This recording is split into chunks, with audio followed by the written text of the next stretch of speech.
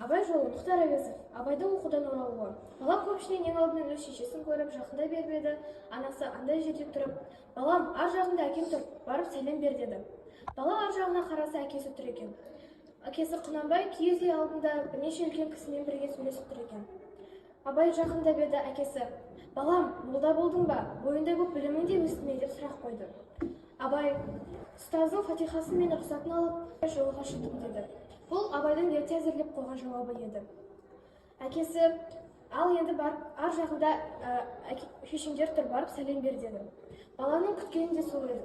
Анасына бара жатыр еді, алдынан тәтелері шығып, тел қара, айналайын тел қара, соқталдай азамат болып қалыпсың ғой деп маңдайынан сүйді. Ар жағындағы басқа да кісілер бетінен сүйіп жатыр. Абайды бала қылып қалдырғанда осы сүйістер еді. Бала енді өз кіші анасына сұлу жүзі Айғызға жетіп еді. Айғыз, баламыздың бетінен сүйер жер қалдырмады деп көзінен сүйді. Кезек өз анасына келгенде Ұлжан сүйген жоқ.